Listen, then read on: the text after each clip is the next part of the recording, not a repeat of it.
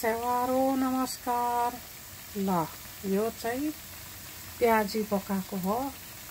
म जस्तो प्याजी मन पराउने को हुनुहुन्छ? ल भटाभट लाइक गर्नुहोस् है प्याजी मन पराउनेहरूलाई। मलाई मात्रै होइन, मेरो छोराछोरी, मेरो हिमसयङ फ्यामिली परिवार सबैले मन पराउँछ। म पनि मन पराउँछु। त्यही भएर राति भए पनि, अहिले बेलुकीको समयमा भए पनि यहाँ प्याजी पकाउँदैछु सबैजनालाई। आज आमाको मुख हेर्ने दिनमा खानु भनेर। यहाँ चाहिँ के हालेको छु भन्दा चाहिँ नम्बर 1 मा चाहिँ आलु, अनि गाजर, क्यारोट, अनि सोफा, त्यसपछि अमिलो, पिरो, पिठो, अनि धनियाँ, अनि मरमसला, बारमसला सब थोक हालेको, अमिलो नि हालेको, अदुवा लसुन सबै खोर्सानी पनि हालेको छु। ल यति चाहिँ पाकेको छ। अझै पनि यहाँ पकाउनु पर्ने छ। तेल चाहिँ अलिक खराउनु पर्छ। तेल खराउनुको लागि यस्तै फलामको कराही चाहिन्छ। हालुङ्गेकोमा हुँदैन, अनि स्टिलमा नि त्यति हुँदैन, अनि यस्तो फलामकोमा चाहिँ एकदम अब त्यसै भए पनि कालो हुन्छ। स्टिल चाहिँ कालो भएर फेरि सफा गर्नु गाह्रो हुन्छ। त्यही भएर म चाहिँ यो फलामकोमै पकाउने गर्छु, यस्तो तेल खराउँदा चाहिँ। अनि यहाँ चाहिँ आइरन कुन के पाउँछ भन्छ फलाममा पकाएर खायो भने। ल म चाहिँ जहिले जे पनि यसरी बनाउनु पर्यो भने थोरै बनाउनु अल्छी लाग्छ। अलिक धेरै बनायो भने मात्रै जोस जाँगर आउँछ। ल खानेकुरा मिठो मिठो बनाएर खानु चाहिँ मलाई एकदम जोस जाँगर आउँछ। अरू केहीमा नि आउँदैन। अचम्मै लाग्छ है साथीहरू। मलाई चाहिँ राति भए पनि पकाएर मेरो परिवारले खान्छु, नानीहरूले खान्छु भनेपछि, मेरो श्रीमानज्यूले भनेपछि चाहिँ राति भए पनि नसुती भए पनि पकाएर दिन्छु।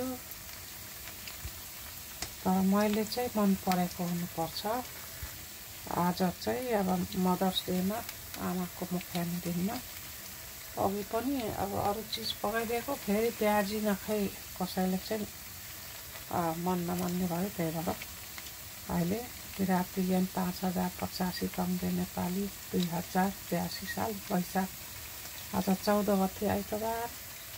तदनुसार विदेशी चाहिँ अहिले आज सन्डे 27 अप्रिल 2025 हो। ल आमाको मुख हेर्ने दिनमा ल आमाहरू माथि स्वर्गमा जानुभएको छ र जहाँ भए पनि खुसी रहनु होला। आमाको मुख हेर्ने दिनमा मात्रै सम्झिने होइन, सधैँ दिनरात सम्झिने गर्छौँ। तैपनि अब यो आमाको मुख हेर्ने दिन सालमा एकचोटि आउँदा यो पनि एकदम राम्रो हो।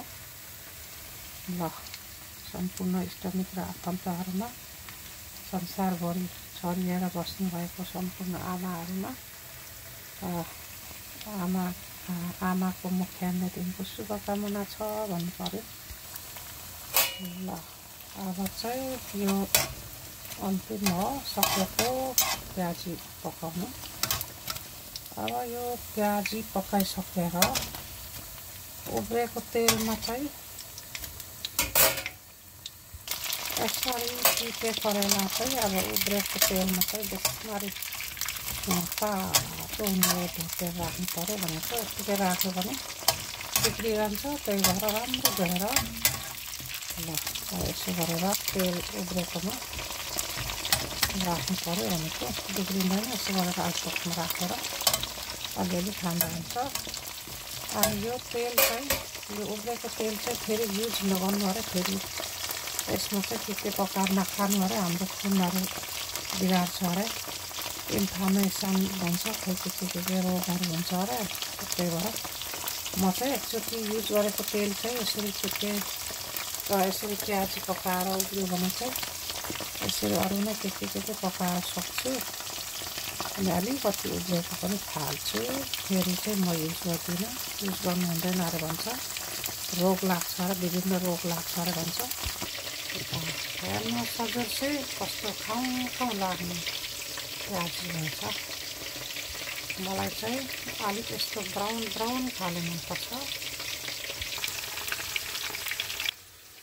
ल हेर्नुहोस् हजुर चाहिँ यसरी अचारसँग प्याज खायो भने यस्तो मिठो हुन्छ है हाम्रो चामल सारीको जानवर हो ल आयौँ सायौँहरू भन्दै जग्गा मान्दु मेरो घर परिवारले अघि खाइसकेको अब मेरो पालो खानु पर्यो खाए ल हवस् त धन्यवाद नुगेन्लो थ्याङ्क यू फर वाचिङ